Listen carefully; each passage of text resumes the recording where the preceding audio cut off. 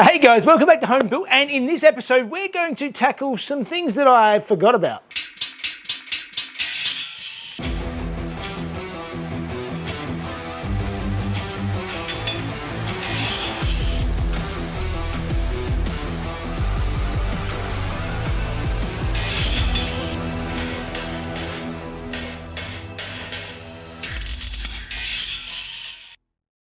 Hey guys, welcome back, and those of you watching last week will have seen that I got into the engine bay of the Alfarrari and cleaned it up and got rid of a lot of the extraneous little clips and brackets and stuff that aren't being used anymore, because obviously we're not running the standard engine, we're running the Ferrari 360 engine in this car.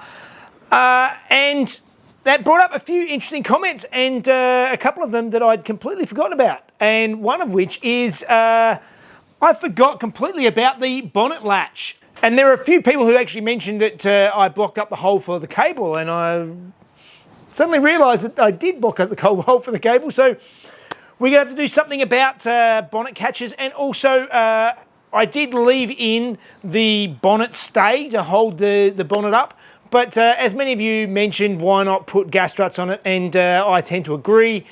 I think this car deserves having some gas struts, so I think we're going to do that. For those of you who missed it, I'll put a link up above so you can catch up and think about subscribing. It does help us out. First off this week though, we are going to go back to this front radiator cover panel that I made, and I just want to do a couple more tweaks to it because I sort of just got enough time to sort of form it up, but I didn't get time to weld it and smooth out the front of it and all that sort of stuff. So let's get into that.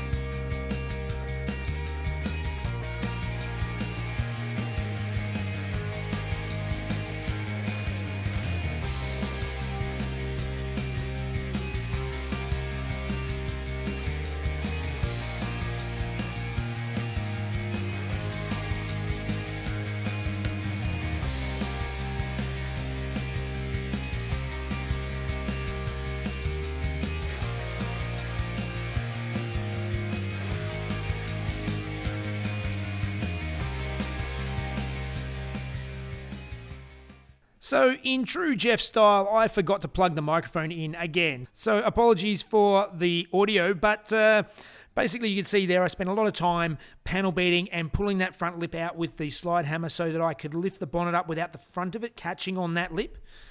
So that's looking good now. There's more to do later, but now we need to go back to that aluminium panel, which I actually extended and welded all into one nice piece. Now we have to make some space for the bonnet hinges.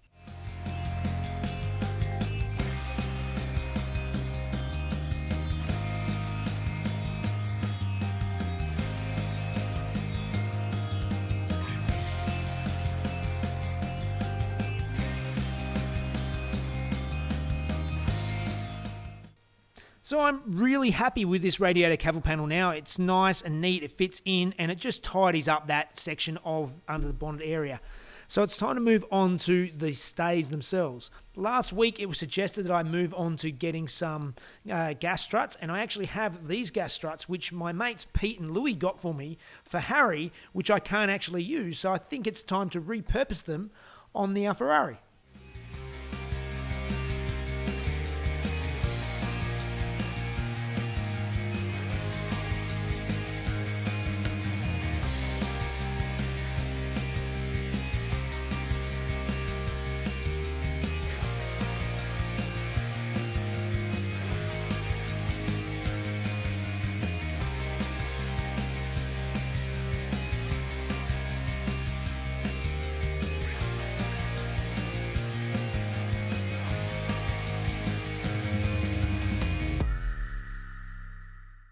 All right, so I have been busy at work making brackets for either end of these struts. So this end is actually designed to be welded onto the body of the car, and this one is onto the bonnet. So you can sort of see here, I've made a little bracket that I can bolt the end onto, and I've got a foot.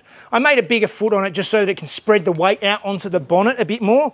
This one's got a captive nut in it, so I can just bolt on my, my gas strut, and hopefully it should do the job. So now it's a matter of trial fitting it in the car and getting it in the right spot to get the right amount of closing. I'll show you what I mean. So like I was saying, this end actually is going to get welded on just underneath this lip here, something like that. And then the foot is going to be welded onto the bonnet of the car. Now, depending on how high or low I weld this foot on, is how far it's going to compress when it's closed. If it's further up, it'll compress more. The trouble is if I put it up too high, then obviously it's not going to close all the way. This is going to get to full compression and won't go all the way. And too low, and it won't have enough power. But I'm going to have a little bit of a play now. I'm going to tack on this, this bottom end. There's enough range of movement here that I can sort of move this up and down, so I can tack it on, try it, do it on both sides, and just to have a bit of a play until I find the exact right location. I've got a fair idea, because basically what I've done is I've measured the travel, and I think I've got about 110 millimeters of travel on this ram. So I've measured where it sits up here on the bonnet, and then I measured where it needs to be lined up with the body at close, and measured that to the pivot point, and then the pivot point up onto the bonnet, and I sort of got a rough spot of where it should be, which is where this line is. So it should be pretty good about there, but we'll tack it in and see how it goes.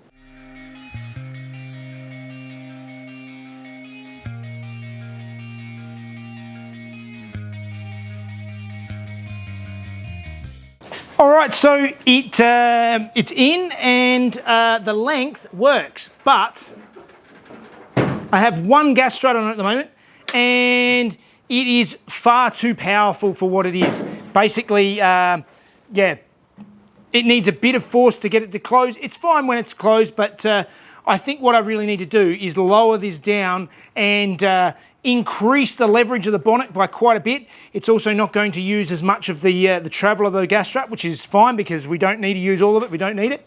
And also I'd like to have two just for symmetry. It looks like it doesn't need two, but two is what it's getting. So let's lower this down quite a bit, reduce the leverage, and try again.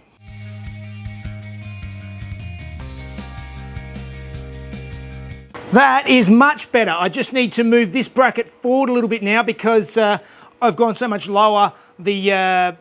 Basically this bracket is not lifting the bonnet up quite high enough, but that leverage is just right. I think it's enough to hold the bonnet quite firmly, and with two stays on it, I think it'll be nice and solid without being overpowering. So it'll hold it up in sort of reasonable winds and stuff like that. You don't want it to be able to be too heavy, but you don't want it too light either, so that's just perfect.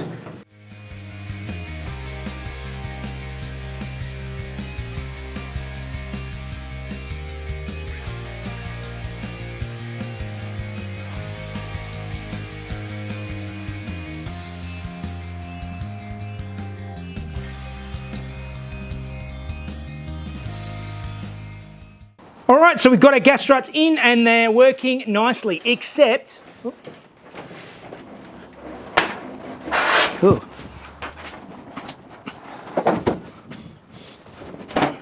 Yeah, these are far, far too strong. And I'm beginning to think maybe symmetry is not the answer, and maybe we only go with one side because they're just so strong.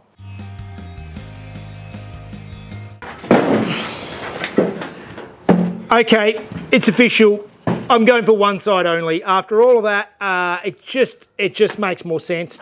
It's got just enough power, and it sort of holds the bonnet up nicely. It's nice and easy to open and close, but holds it open with enough force. The only issue is I just need to add an extra bracket behind the hinge, because it's pushing the hinge to its full extent. It actually and it's holding it with that pressure. It's moved the bonnet forward slightly, because obviously these hinges are old. There's a bit of slop in them. So without that, it opened, closed quite nicely. But with this extra force, it just needs a shim.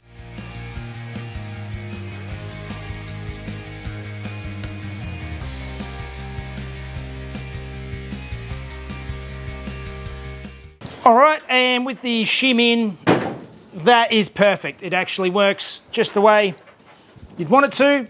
So now I think we need to start having a look at the latch situation. So this is the factory latch that I've got with my car, and as you can see, it is pretty horrible. So I think I need to break out the old sandblasting cabinet and give this a bit of a blast and see if I can make this look a little bit less horrible. That looks a little bit better, not perfect, but much nicer than it did about 2 or 3 minutes ago. So now I'm just going to see if I can actually get it to free up a bit, and then we can start looking at how we're going to go about mounting and making it look nice.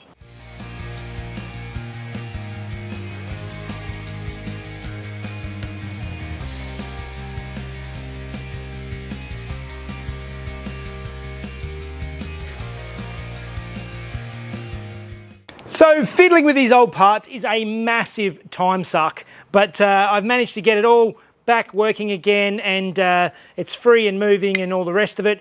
But this is set up to pull from the left-hand side of the car. This is a right-hand drive car, so I want to switch it over. I assume all left and right-hand drive cars had the release on the left-hand side, just like the 911s do. They just never bothered changing them for the right-hand drive cars. I'm going to do that. I'm going to try and switch it around so that it actually pulls from the right-hand side, which means the actual little bracket that pulls the cable, I want to actually flip this around to be on the back, but then I'm going to need something else to connect to the spring. So we're going to do a little bit of playing around and see what I can do about flipping this whole thing around.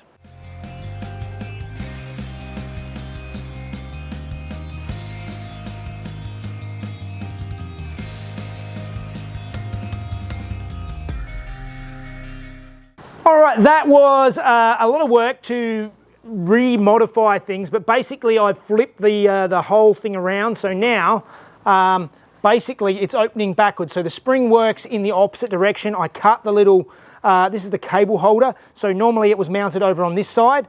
I cut it off of this side and I've re-welded it on, sort of spaced it out. It's not the prettiest thing, but that's landed on the other side now.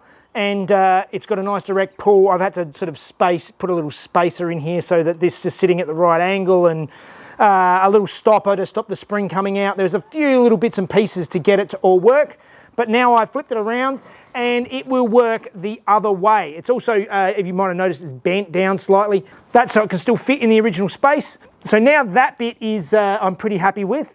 Now I have to see if I can also tidy up the lever itself, which is also looking very crusty and completely seized and stuff. So it's back to the sandblasting cabinet and see what we can do about this thing and make it look a little bit better than that.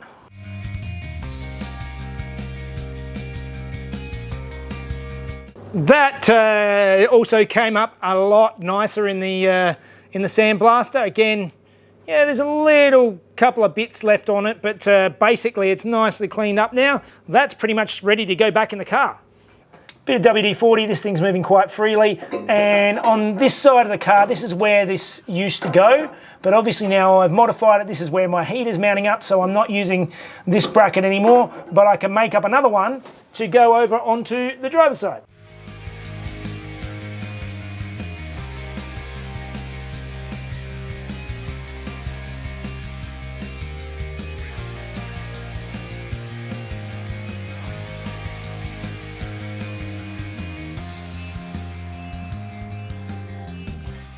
So you can see here my mounting bracket fits perfectly up under the dash to hold the bonnet latch, and the cable will go nicely in through and behind and into the engine bay. I also tried it with the dash in place, but it's hard to actually demonstrate that with one hand, but it's really neat and tidy and out of the way. So now let's head back under the bonnet to show you where the cable is actually going to come from.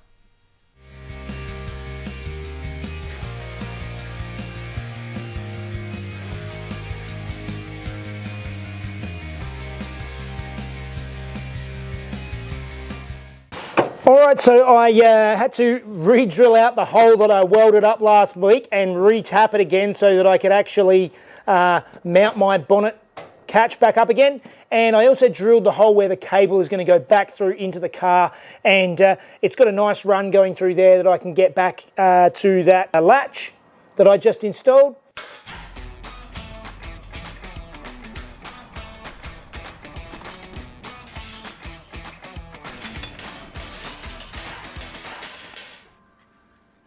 Hey guys, in 1962, after Ferrari's chief engineer Giotto Bizzarini was fired by Enzo Ferrari, he, along with the other fired employees, were employed by the Venetian Count Volpi, who owned Scuderia Serenissima. Due to Count Volpi's new hires, Enzo Ferrari refused to sell him a GTO, so Bizzarini was tasked with upgrading a 250 short wheelbase to compete.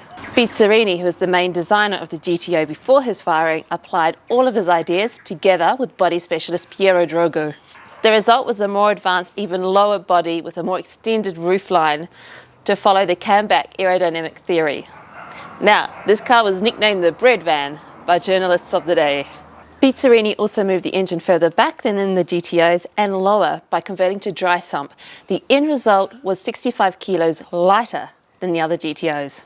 It was entered into the 1962 24 Hours of Le Mans, where it passed all the GTOs and was running 7th overall, and unfortunately it was forced to retire due to a drive shaft failure. To this day, this car is still a very popular entry into historic races.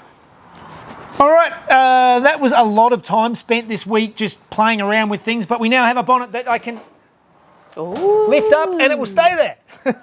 So it's another thing ticked off the list. Lots of playing around, getting those bits and pieces all working right and fixing up things that I filled in last week. So excuse me, sorry. Hay fever season. It is. Yeah, okay. Whew. Anyway. Like and subscribe if you haven't already, if you'd like to do so. If you want to see the videos a day early without ads. Join us on Patreon. Whew. And you can follow me on Facebook and Instagram for little tips and tricks and secrets to what's coming up. So, all right, guys, have a good one. We'll see you next time. Bye, guys. Upgrading a 250 GT to a short wheelbase to compete. No. The result was a more advanced, even extended body line. Even lower body. The result was a more advanced, even extended body. No. The result was a more advanced, even lower roofline with an even lower body with an extended roofline. When it was unfortunately forced to retire due to a drive shaft failure. Forced to retire due to a drive shaft failure.